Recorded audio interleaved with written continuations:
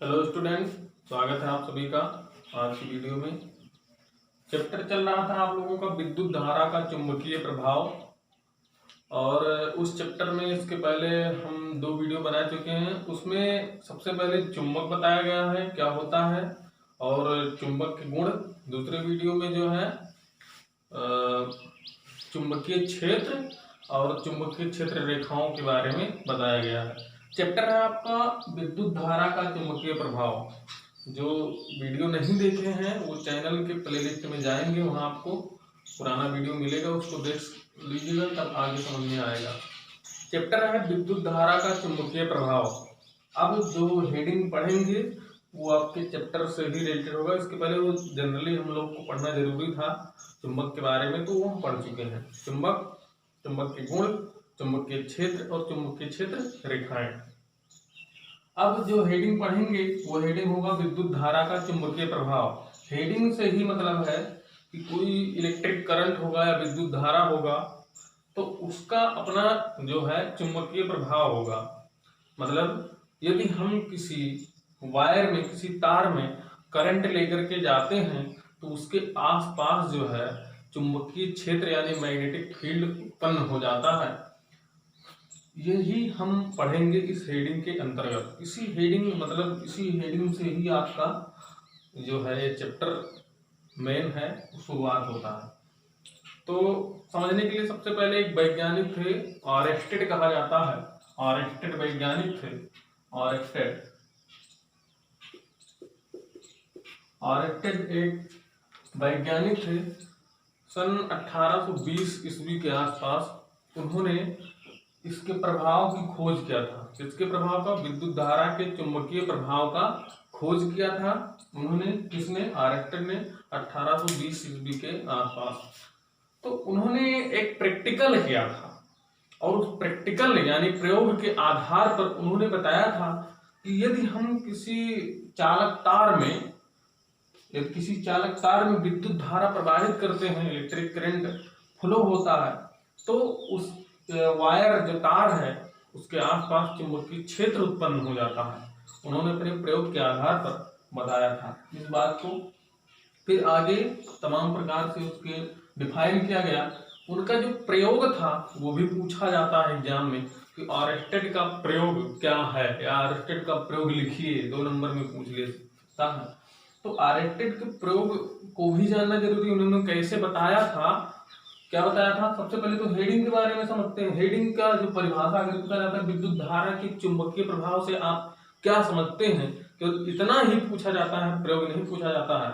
तो आप इसमें कहेंगे कि विद्युत धारा के चुंबकीय प्रभाव हेडिंग के अंतर्गत आप कहेंगे कि यदि किसी चालक तार में विद्युत धारा प्रवाहित की जाती है तो उस चालक तार में, या कह सकते हैं चालक तार के आसपास चुंबकीय क्षेत्र उत्पन्न हो जाता है। इसी को ही विद्युत धारा का चुंबकीय प्रभाव कहा जाता है। ये तो हो गया जनरली इस हेडिंग के बारे में। तो ऑरेस्टेड का जो प्रयोग था वो भी हम लोग देखते हैं कि ऑरेस्टेड ने कैसे प्रयोग किया था। उन्होंने एक बैटरी लिया, जो है ऑरेस्टेड का जो प्रयोग है वो सन 1820 के आसपास किया गया। उस प्रयोग के आधार पर ही उन्होंने विद्युत धारा के चुंबकीय प्रभाव का व्याख्या किया था। तो जो है हम लोग ऑरेस्टेड के प्रयोग को समझते हैं। उन्होंने एक बैटरी लिया और बैटरी से किसी वायर में जो है विद्युत इलेक्ट्रिक करंट फ्लो करवाते हैं। ये है चालक तार, जहाँ कोई हम लोग रेजिस्टेंस लगा देते हैं। विद्युत धारा की दिशा प्लस से माइनस की तरफ होगी, जनरली वो हम लोग जानते हैं। ये प्लस होगा, ये माइनस होगा। इलेक्ट्रिक करंट ऐसे जा रही है, ऐसे आ रही है, फिर ऐसे बैटरी में चली जाती है। उन्होंने कोई बैटरी लिया, अब यही वायर है। अब सब जगह यहाँ भी चुंबकीय क्षेत्र, यहाँ सब जगह चुंबकीय क्षेत्र होगा, लेकिन यहाँ के लिए हम कल्पना करते हैं। हम एक बात बता चुके हैं आपको, चुंबकीय क्षेत्र की दिशा तीव्रता को मापने के लिए, मतलब कहाँ कितना क्या है, उसके लिए हम लोग कंपास सुई, जिसको चुंबकीय सुई या कंपास सुई नाम दिया जाता है, तो कंपास सुई को इन्होंने लिया और जो है इसको लेकर के आते हैं इसके समीप। अब आप लोग बता चुके हैं कि जब वो बताया गया था किसी दंड चुंबक के आसपास चुंबकीय क्षेत्र पता करने के लिए कंपास सुई को अपने पास लाते हैं तो उसमें हल्का विक्षोभ होता है, यहाँ लाते हैं तो और विक्षोभ हो जाता है इस सुई में। तो इसी आधार पे हम लोग कहते हैं कि हम जब चुंबकीय सुई के पास जाते हैं, ज्यादा पास जाते हैं, तो उसमें चुंबकीय क्षेत्र जो है अधिक होता है। ठीक इसी प्रकार से अगर यहाँ चुंबकीय क्षेत्र है तो कंपास सुई लाएंगे तो जो है उसमें विक्षोभ जो है उत्पन्न होगा। तो देखते हैं उन्होंने प्रयोग के लिए ये सिस्टम लिया और कंपास सुई यहाँ रखे, इसके थोड़ी दूर पास में इन्होंने कंपास सुई को लाया, कंपास सुई को लेकर के आए तो इसमें देखे उन्होंने कि थोड़ा सा जो है विक्षोभ उत्पन्न हुआ। पहले कंपास सुई कैसी रहती है, नॉर्थ और साउथ में ऐसे खड़ी रहती है, जब किसी चुंबकीय क्षेत्र में ये जाता है तो उसमें विक्षोभ उत्पन्न होता है। तो जब ये कंपास सुई पहले यहाँ जब था तो ऐसे था, कंपास सुई बहुत दूर था तो ऐसे था, अब यहाँ आया तो इसमें हल्का सा विक्षोभ हो गया। विक्षोभ हुआ, वहां तो दंड चुंबक लिया गया था, यहाँ तो कुछ भी नहीं है, यहाँ कहीं चुंबक रखा है नहीं रखा है, लेकिन इस यहाँ कहीं कुछ चुंबकीय क्षेत्र होगा तभी तो इसमें विक्षोभ उत्पन्न हुआ है चुंबकीय सुई में। अब क्या करते हैं, इसको थोड़ा और पास लाते हैं तो देखते हैं कि चुंबकीय सुई में और विक्षोभ उत्पन्न हो गया। देखिए ये और विक्षोभ उत्पन्न हो गया। अब इस प्रयोग करने से जो प्रयोग हो रहा है इससे क्या निष्कर्ष निकल रहा है, इससे निष्कर्ष निकल रहा है कि यहाँ कहीं क्या है, चुंबकीय क्षेत्र है। और चुंबक तो यहाँ कहीं हम लोग लाए ही नहीं है, क्या किए हैं, केवल जो है इसमें करंट फ्लो हो रहा है, किसी चालक तार में करंट फ्लो हो रहा है, उसके पास जब हम चुंबकीय कंपास सुई को लाते हैं तो उसमें विक्षोभ उत्पन्न होता है, जिससे निष्कर्ष निकलता है कि इस जो चालक तार में विद्युत धारा प्रवाहित हो रही थी उसमें चुंबकीय क्षेत्र है। यहाँ हम एक कुंजी लगा देते हैं, जैसे क्या बोलते हैं ऑन ऑफ की बटन, ऑन ऑफ की बटन लगा देते हैं। कुंजी चालू था मतलब विद्युत धारा जा रही थी, कुंजी हम लोग बंद कर दिए, जब बंद कर दिए तो ये क्या हुआ, ये तुरंत क्या हुआ, कंपास सुई अपने ओरिजिनल दिशा में जैसे यहाँ था वैसे हो गया।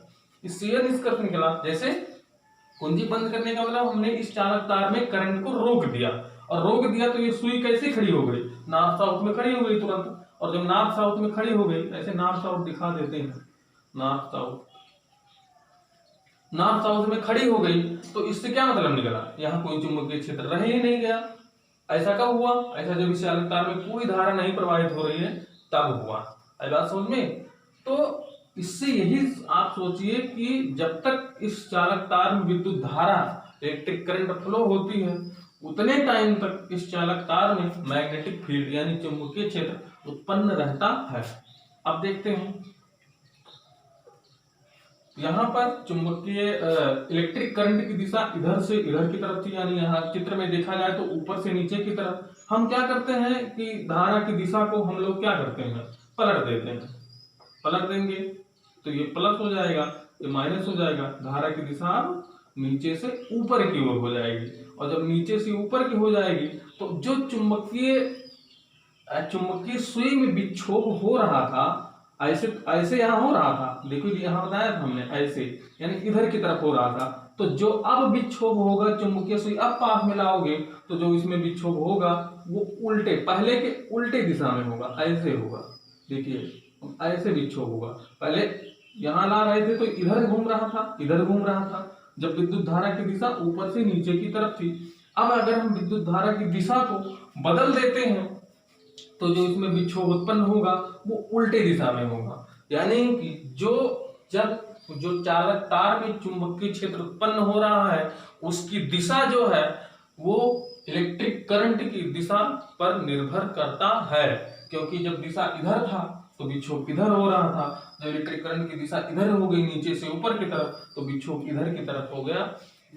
तो जो यहाँ चुंबकीय क्षेत्र उत्पन्न हो रहा है उसकी जो दिशा है वो इलेक्ट्रिक करंट की दिशा पर निर्भर करता है।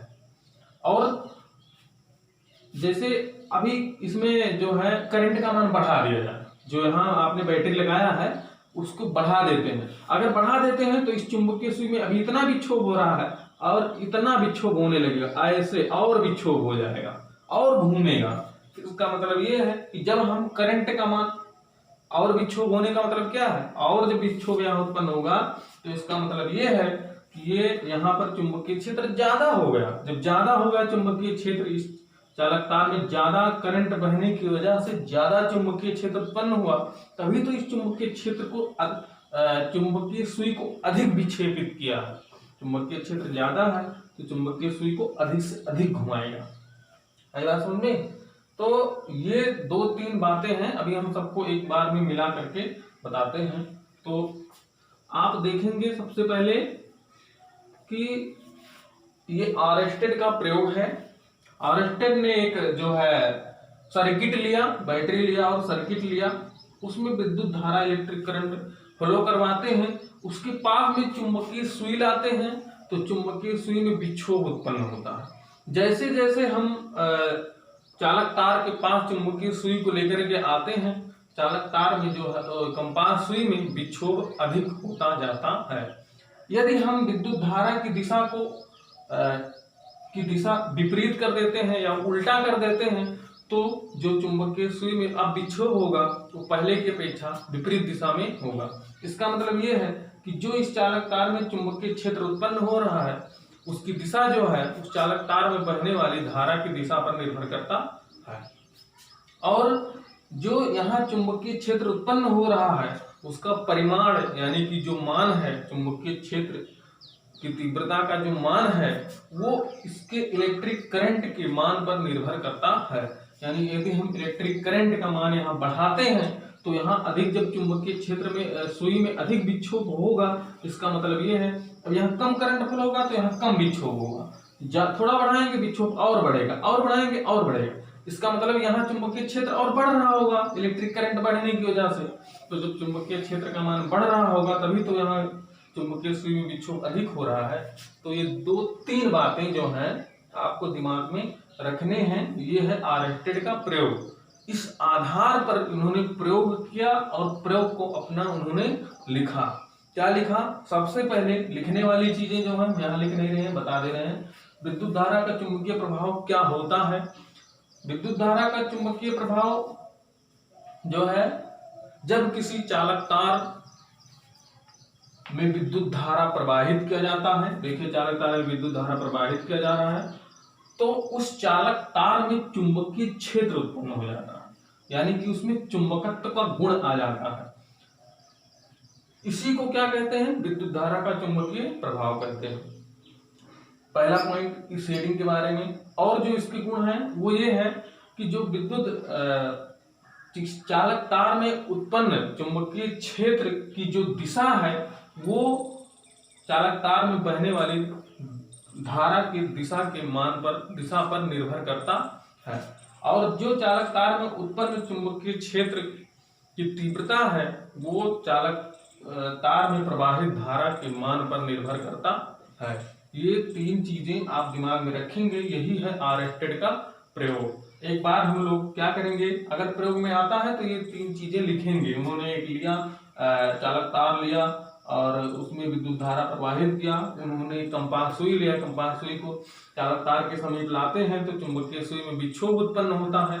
यदि धारा का मान बढ़ाते हैं तो चुंबकीय क्षेत्र जो कंपास सुई है उसमें अधिक विक्षोभ होता है। इसके आधार पर उन्होंने कहा कि जो है चुंबकीय क्षेत्र जो तार में उत्पन्न हो रहा है उसका मान जो है विद्युत धारा के मान पर निर्भर करता है।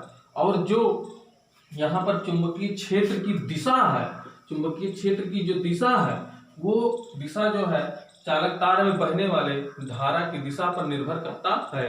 क्योंकि हमने बताया है कि जब चुंबकीय चालक तार में धारा ऊपर से बह रही थी तो ये जो है विक्षोभ इधर जा रहा था। अब इसको हम पलट दिए तो विक्षोभ जो है इधर की तरफ होने लगा है। इसकी दिशा को भी हम आगे बढ़ेंगे कैसे क्या होता है। तो ये 3 चीजें आप दिमाग में रखेंगे। यही है आरएस्टेड का प्रयोग, विद्युत धारा का चुंबकीय प्रभाव। विद्युत धारा का चुंबकीय प्रभाव क्या होता है? विद्युत धारा का चुंबकीय प्रभाव होता है जब किसी चालक तार में विद्युत धारा प्रवाहित किया जाता है तो उस चालक तार में चुंबकीय क्षेत्र उत्पन्न हो जाता है, जिसे विद्युत धारा का चुंबकीय प्रभाव कहा जाता है। आरएस्टेड ने प्रयोग करके जो है इसको डिफाइन किया। सन 1820 में आरएस्टेड ने इसका प्रयोग किया था। अब हम लोग जनरली थोड़ा सा जैसे अब देखते हैं चालक तार कई प्रकार से हो सकता है। चालक तार ऐसे भी हो सकता है, इसमें भी चुंबकीय क्षेत्र उत्पन्न होगा। चालक तार ऐसे भी हो सकता है, इसमें भी चुंबकीय क्षेत्र उत्पन्न होगा। यानी कि ये सीधी सीधी रेखा है, सीधी चालक तार है, ये वृत्ताकार है, और ये जो है लूप जो है धारावाही परिनालिका आगे पढ़ेंगे उसमें भी जैसे कोई एक नरम लोहे का छड़ होता है, इसमें जो है क्या करते हैं तार को लपेट दिया जाता है, तो इसमें भी एक चुंबकीय क्षेत्र उत्पन्न होता है, तो वो भी पढ़ा जाता है। तो सबसे पहले हम लोग लिखेंगे सीधे धारावाही चालक तार के कारण उत्पन्न चुंबकीय क्षेत्र। अब वहां पर हम लोग दिशा भी पढ़ेंगे। हेडिंग होगा सीधे धारावाही चालक तार के कारण उत्पन्न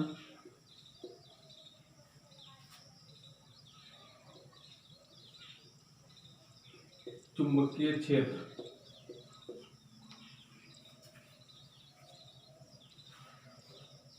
हम लोग क्या करेंगे, हम लोग एक जो है चालक तार लेंगे, वो सीधी चालक तार है, सीधा चालक तार है। तो ये कोई सीधा चालक तार है लेते हैं हम लोग, और उसमें चुंबकीय क्षेत्र तो पढ़ेंगे, उसकी दिशा कैसे होती है ये सब भी हम लोग देखेंगे। तो ये जो है सीधा चालक तार है। यहाँ हम लोग इसमें जो है एक बैटरी लगा देते हैं।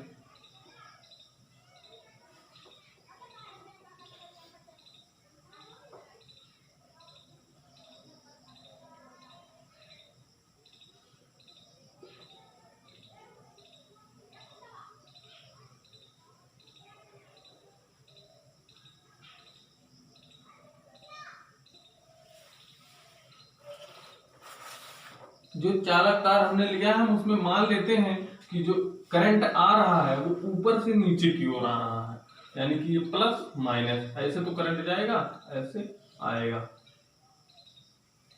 इसमें चुंबकीय क्षेत्र जो उत्पन्न हो रहा है उसकी दिशा को हम बना रहे हैं। देखिए, तो जैसे आप लोग दंड चुंबक में पढ़े थे, दंड चुंबक में जो चुंबकीय क्षेत्र रेखाएं खींची गई थी, अगर ये साउथ माना जाए, ये नॉर्थ माना जाए, तो ये चुंबकीय क्षेत्र रेखाएं ऐसे खींची गई थी। याद कीजिए, ऐसे होता है। नॉर्थ से साउथ की तरफ जो उसकी दिशा होती है चुंबकीय क्षेत्र रेखाओं की, वो नॉर्थ से साउथ की तरफ होता है, यानी नॉर्थ से साउथ, नॉर्थ से साउथ, नॉर्थ से साउथ। तो ये क्या था, ये दंड चुंबक था, क्षण चुंबक था, स्थिर था। ये क्या है, एक चुंबक नहीं है, धारावाही चालक तार है। और आरएसटेड ने बता दिया है कि जब किसी तार में, धारावाही चालक तार में धारा प्रवाहित होती है तो वहां चुंबकीय क्षेत्र उत्पन्न होता है। तो अगर इस तार में चुंबकीय क्षेत्र उत्पन्न हो रहा है तो उसकी दिशा कैसी होगी, यानी चुंबकीय क्षेत्र रेखाएं जो है इस चालक तार में जो उत्पन्न चुंबकीय क्षेत्र है उसकी भी हम चुंबकीय क्षेत्र रेखाएं खींच सकते हैं और उसको हम डिफाइन कर सकते हैं, और उसकी दिशा को भी हम डिफाइन करेंगे विद्युत धारा की दिशा के अनुरूप। तो ये जो खींचा गया था ये दंड चुंबक के लिए खींचा गया था। ये किसके लिए खींचा जाएगा, ये धारावाही चालक तार में के कारण खींचा जाएगा, उत्पन्न होने वाले चुंबकीय क्षेत्र की दिशा और परिमाण को प्रदर्शित करने के लिए।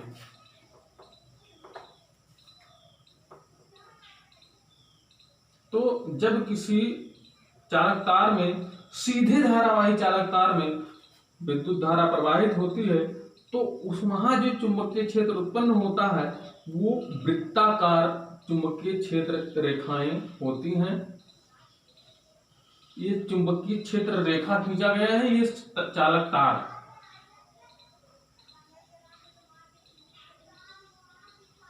अब ये सोचे होंगे, आपको हम समझाते हैं। जैसे ये चालक तार है, इस चित्र को ऐसे ही आपको समझना है। ये वाला तार है, देखते हैं ये विद्युत इलेक्ट्रिक करंट इधर से इधर की तरफ जा रही है। ये चालक तार है, ये वाला चालक तार है। इसी चालक तार जो है ए बी, हम मान लेते हैं ए बी चालक तार, ए बी पर हम चुंबकीय क्षेत्र रेखा खींचना चाहते हैं। तो यही है चालक तार। देखिए ऐसे बनाया गया। अब क्योंकि इसके बगल ऐसे चुंबकीय क्षेत्र रेखाएं कैसे खींची गई हैं, ऐसे वृत्ताकार, एक रेखा ऐसे खींची गई है, दूसरी रेखा ऐसे खींची थोड़ी दूर, तीसरी रेखा ऐसे खींची गई है, चौथी रेखा ऐसे खींची गई, ऐसे करके ये खींचा गया है। तो जो कि चित्र में आप ध्यान से देखेंगे तो ये समझ में आएगा। अगर ऐसे प्लेन है, एक जो है कागज का प्लेन हो या लकड़ी का गत्ता हो, तो ऐसे इसमें इस चालक तार को ऐसे इसमें लगा देते हैं, अंदर निकल गया तार। तो जो रेखा खींचेंगे इसी प्लेन पर, ये एक ही प्लेन पर रेखा खींची गई है। देखो ये प्लेन है, ऐसे इसी, अब कागज का प्लेन हो, लकड़ी का हो, कुछ भी हो, तो इसी पर हम लोग क्या करते हैं, इसे वृत्ताकार खींच देते हैं। तो ये खींचने का तरीका भी होता है कि जैसे कि लकड़ी का गत्ता लेते हैं, उसमें चालक तार को घुसा देते हैं, और यहाँ जो है लोहे के बुरादे हम लोग बहुत पतले पतले लोहे के बुरादे एक समान रूप से क्या करते हैं, इसी प्लेन पर ऐसे फैला देते हैं, और तार ऐसे चला गया। अब इस तार में जब विद्युत धारा प्रवाहित होगी, तो जो इस प्लेन पर लोहे के बुरादे पड़े हुए हैं वो ऐसे क्या करेंगे, ऐसे घूम जाएंगे, घूम करके ऐसे मतलब इस प्रकार की आकृति बनाएंगे। या तो कंपास सुई ला करके इस तार के अगल बगल कंपास सुई ला करके हम लोग बनाते हैं, या तो लोहे के बुरादे का प्रयोग किया जाता है। समझने वाली चीजें जो है वो हम बता रहे हैं कि ये चालक तार है, ऐसे है, इसके बगल में चुंबकीय क्षेत्र रेखाएं खींची गई हैं, एक ऐसे पास में खींचा गया है, एक ऐसे पास में, एक ऐसे पास में, एक फिर ऐसे ऐसे जो है ये खींचा गया है, जो कि यहाँ आपको दिखाया गया है। विद्युत धारा ऊपर से नीचे की तरफ आ रही है। अब यही चालक तार है, कौन सा चालक तार है, ए और बी, ए बी चालक तार है। और अब इसमें दिशा क्या होगी, दिशा देखिए, विद्युत धारा कैसे जा रही है, ऊपर से नीचे की तरफ। जब विद्युत धारा ऊपर से नीचे की तरफ किसी चालक तार में जाती है, तो यहाँ पर जो चुंबकीय क्षेत्र की जो दिशा होगी, इन क्षेत्र रेखाओं की, वो चुंबकीय क्षेत्र की जो दिशा होगी वो क्लॉकवाइज होगी। ऊपर से जब नीचे की तरफ होगा तो चुंबकीय क्षेत्र रेखाओं की जो दिशा होगी वो क्लॉकवाइज होगी।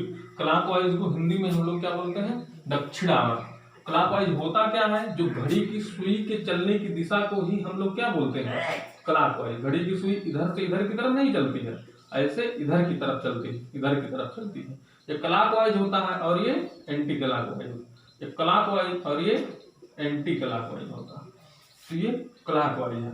तो यहाँ पर जब विद्युत दिमाग में रखेंगे, दिशा का यहाँ बहुत बड़ा महत्व है आगे आगे। तो क्लॉकवाइज, जिसको हिंदी में हम लोग क्या बोलते हैं, दक्षिणावर्त। जब विद्युत धारा की दिशा ऊपर से नीचे की तरफ होगी, तो चुंबकीय क्षेत्र जो इस चालक तार में उत्पन्न होगा, उसकी जो दिशा होगी वो क्लॉकवाइज होगी। यानी क्लॉकवाइज अगर यहाँ पे बनाना है तो हम लोग ऐसे बनाएंगे। ये क्या है, चुंबकीय क्षेत्र की दिशा है। चुंबकीय क्षेत्र की दिशा जो यहाँ डिफाइन हो रही है वो ऐसे हो रही है। तो यही चीज है, आप लोग देख सकते हैं। क्या है ये, कोई सीधी धारावाही चालक तार है जिसमें विद्युत धारा जो है ऊपर से नीचे की तरफ प्रवाहित हो रही है। तो इसके आसपास जो चुंबकीय क्षेत्र उत्पन्न हो रहा है, उसकी जो चुंबकीय क्षेत्र रेखा है वो ये बनाया गया है, उसकी जो दिशा होगी वो क्लॉकवाइज होगी, यानी कि ये क्लॉकवाइज है, इसको क्लॉकवाइज बोलते हैं। अब यही इधर घूमता तो इसको एंटी क्लॉकवाइज बोलते हैं। हिंदी में क्लॉकवाइज को क्या बोलते हैं, दक्षिणावर्त, और इसको वामावर्त बोला जाता है। यही चीज अगर ध्यान से देखें, यदि अभी इसी दिशा को पलट दिया जाए, ये प्लस था, इसको माइनस कर दे, इसको प्लस कर दे, तो विद्युत धारा की दिशा तो चेंज हो जाएगी ना, इधर से इधर की तरफ जाएगी, प्लस आया गया इधर से जाएगी, ये इधर से तरफ जाएगा, ये इधर की तरफ जाएगा। तो अब जो चुंबकीय क्षेत्र जो इस चालक तार में उत्पन्न हुआ है, उसकी जो दिशा होगी वो एंटी क्लॉकवाइज हो जाएगी। और एंटी क्लॉकवाइज होने का मतलब जो है, अब ये ऐसे हो जाएगा, ये ऐसे हो जाएगा, ये ऐसे हो जाएगा, एंटी क्लॉकवाइज ये ऐसे हो जाएगा। तो ये सीधी धारावाही चालक तार के कारण जो उत्पन्न चुंबकीय क्षेत्र उत्पन्न होता है, और जो उसकी क्षेत्र रेखाओं की जो दिशा होती है वो हमने बताया है। दिमाग में क्या रखेंगे, दिमाग में इतना रखेंगे कि जब जो है विद्युत धारा या चालक तार में विद्युत धारा का प्रवाह ऊपर से नीचे की तरफ होगा तो जो उसकी दिशा होगी वो क्लॉकवाइज होगी, यानी चुंबकीय क्षेत्र रेखाओं की जो दिशा होगी वो क्लॉकवाइज होगी। और जब नीचे से ऊपर की तरफ करंट फ्लो होगा तो जो इनकी दिशा होगी वो एंटी क्लॉकवाइज होगी। और जब ये प्लस था और ये माइनस था तो इनकी जो दिशा थी वो क्लॉकवाइज थी। यही चीज ध्यान में रखेंगे। ये था जो हमने पहले बताया था प्लस माइनस, उसको आप फिगर अच्छी तरह से बना सकते हैं। अब जो है इसकी दिशा को प्रदर्शित करने के लिए एक नियम आता है, दाएं हाथ के अंगूठे का नियम, राइट हैंड थंब लॉ जिसको बोलते हैं। तो उस लॉ यानी नियम के हिसाब से हम बता सकते हैं कि किसी धारावाही चालक तार में जो चुंबकीय क्षेत्र की दिशा होगी वो कैसी होगी। जैसे आप सुनते हैं कि चालक तार ऐसे हो सकता है, ऐसे भी तो हो सकता है, ऐसे भी तो हो सकता है, किसी प्रकार से हो सकता है। तो वहां हम कैसे कहेंगे चुंबकीय जो उत्पन्न चालक तार में उत्पन्न चुंबकीय क्षेत्र है उसकी दिशा कैसी होगी, उसको के राइट हैंड थंब लॉ, दाएं हाथ के अंगूठे का नियम, दाएं हाथ के अंगूठे का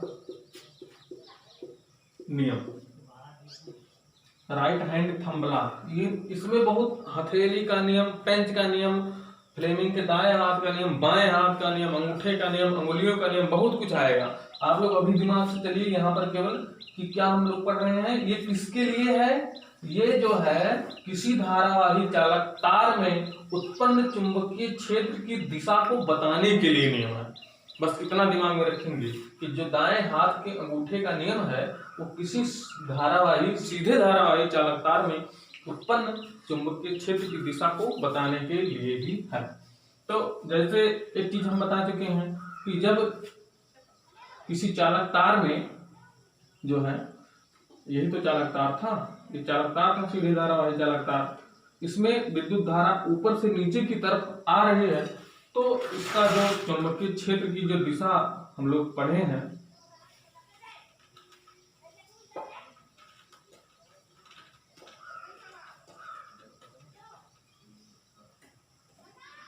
चुंबकीय क्षेत्र की दिशा कैसे पढ़े हैं, ऊपर से नीचे की ओर आ रहा है तो क्लॉकवाइज, ऐसे तो पढ़ा गया है, या ऐसे बना देते हैं,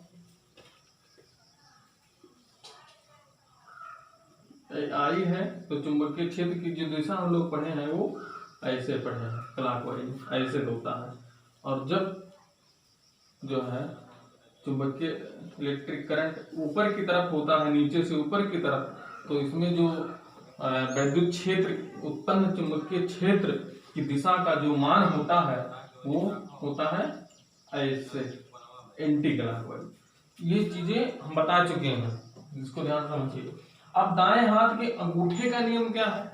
दाएं हाथ के अंगूठे का नियम ये है कि ये है हमारा दायां हाथ, आप अपने दाएं हाथ को ही लीजिएगा, ये हमारा दायां हाथ, ऐसे करते हैं, ये ऐसे हाथ को ऐसे करते हैं, ये है क्या है, अंगूठा। ये जो अंगूठा है, कहाँ है अंगूठा, ये अंगूठा है। तो अब इसको देखिए, ये जो अंगूठा है ये विद्युत धारा की दिशा को दिखाएगा, यानी जो चालक तार में विद्युत धारा प्रवाहित हो रहा है वो अंगूठे की दिशा में अगर प्रवाहित हो रहा है तो जो मुड़ी हुई अंगुलियों की दिशा आप देख रहे हैं, मुड़ी हुई जो अंगुलियों की दिशा होगी वो चुंबकीय क्षेत्र की दिशा को प्रदर्शित करेगी। फिर से बता रहे हैं, जो ऐसे आप दाहिना हाथ करेंगे, बायां हाथ नहीं, बायां हाथ करेंगे तो उलट जाएगा। दाहिने हाथ को अगर हम ऐसे करते हैं मोड़ करके, तो जो ये अंगूठे की दिशा है ये चालक तार में प्रवाहित होने वाली दिशा को प्रदर्शित करे। अगर एक शर्त फॉलो करेंगे दूसरा अपने आप हल होगा। तो किसी चालक तार में यदि धारा अंगूठे की दिशा में प्रवाहित हो रहा है तो उस चालक तार में जो उत्पन्न चुंबकीय क्षेत्र की दिशा होगी वो दिशा मुड़ी हुई अंगुलियों की दिशा में होगी। ये जो मुड़ी हुई चारों अंगुलियां हैं उसकी दिशा में होगी। अब ये दोनों जो हम यहाँ बनाए हैं ये दोनों पर अप्लाई करके देख सकते हैं। आप देखिए, हम जो है यहाँ बना देते हैं। जैसे दो चीजें पढ़े थे आप लोग, एक ये कि जब धारा जो है ऊपर से नीचे की तरफ आती है तब क्या होता था, हमने बताया था क्लॉकवाइज बताया था, और क्लॉकवाइज के लिए ऐसे दिशा होती है। और जब धारा जो है नीचे से ऊपर की तरफ बहती है तो हमने बताया था कि एंटी क्लॉकवाइज होता है। एंटी क्लॉकवाइज का मतलब ऐसे ऐसे, तो ये ऐसे आप देखिए। अब इसी पर हम नियम लगाते हैं जो दाएं हाथ के अंगूठे। देखो अगर इसको हम ऐसे करते हैं तो देखो आई ऊपर की ओर है, ऊपर की ओर अंगूठा है हमारा, और जो चुंबकीय क्षेत्र इसमें उत्पन्न हो रहा वो उसकी दिशा इस तरफ है। तो देखिए ये जो उंगली मुड़ी हुई है हमारा इसी के साइड में ही तो मुड़ी हुई है। तो आप अब अगर इसमें लगा सकते हैं, फॉलो हो रहा है। देखिए फिर से ध्यान दें, दाएं हाथ के अंगूठे का जो नियम है वो सीधे धारावाही चालक तार में उत्पन्न चुंबकीय क्षेत्र की दिशा को बताने के लिए है। यदि अंगूठा जो है ऐसे हम दाहिने हाथ को मोड़ करके रखेंगे और जो यदि अंगूठा धारावाही चालक तार में प्रवाहित धारा की दिशा बता रहा है तो जो मुड़ी हुई उंगलियां हैं वो उसमें उत्पन्न चुंबकीय क्षेत्र की दिशा को प्रदर्शित करेंगी। यही क्या है, यही जो है दाएं हाथ के अंगूठे का नियम है। ये जो आप देख रहे हैं इसमें फॉलो हो रहा है, ये धारा की दिशा और ये मुड़ी हुई उंगली इसमें उत्पन्न चुंबकीय क्षेत्र की दिशा जो कि देख रहे हैं। अगर यहाँ फॉलो करवाना है तो यहाँ आप ऐसे पलट दीजिए, तो यहाँ पर पलट दीजिए तो यहाँ पर ये जो है मुड़ जाएगा। तो ये भी इसमें भी फॉलो होगा और इसमें भी फॉलो होगा। यही है आपके दाएं हाथ के जो है अंगूठे का नियम। तो यही सब चीजें हैं। अब नेक्स्ट हिटिंग में हम सीधे धारावाही चालक तार, लूप के कारण पढ़ेंगे, मुड़े हुए चालक तार, और जो है वो धारावाही परिनालिका जिसको बोलते हैं, लॉन्ग सोलेनॉइड बोलते हैं। एक जो है इसमें तार लपेट देते हैं तो उसमें भी चुंबकीय क्षेत्र उत्पन्न होता है। तो आज की वीडियो में इतना ही।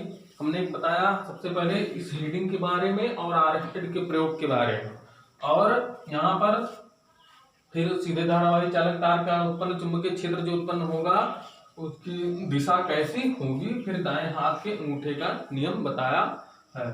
अब आज के वीडियो में जो आपका प्रश्न रहेगा वो प्रश्न रहेगा, यदि किसी धारावाही चालक तार में इलेक्ट्रिक करंट जो है यानी विद्युत धारा नीचे की ओर प्रवाहित हो रही है, ऊपर से नीचे की ओर प्रवाहित हो रही है, तो जो उसमें उत्पन्न चुंबकीय क्षेत्र की दिशा होगी वो क्लॉकवाइज होगी या एंटी क्लॉकवाइज होगी, इसको आपको बताना है। प्रश्न एक बार फिर, यदि किसी धारावाही चालक तार में विद्युत धारा ऊपर से नीचे की ओर प्रवाहित हो रही है यानी कि ऐसे प्रवाहित हो रही है, तो जो इस चालक तार में उत्पन्न चुंबकीय क्षेत्र की दिशा होगी वो क्लॉकवाइज होगी कि एंटी क्लॉकवाइज होगी, यही आपको बताना। दक्षिणावर्त होगी या वामावर्त होगी। यदि किसी चालक तार में विद्युत धारा ऊपर से नीचे की ओर प्रवाहित हो रही है तो उसमें उत्पन्न चुंबकीय क्षेत्र की दिशा क्लॉकवाइज होगी अथवा एंटी क्लॉकवाइज होगी, ये आपको बताना है कमेंट सेक्शन में। और एनी प्रॉब्लम के लिए आप हमको मैसेज कर सकते हैं। धन्यवाद।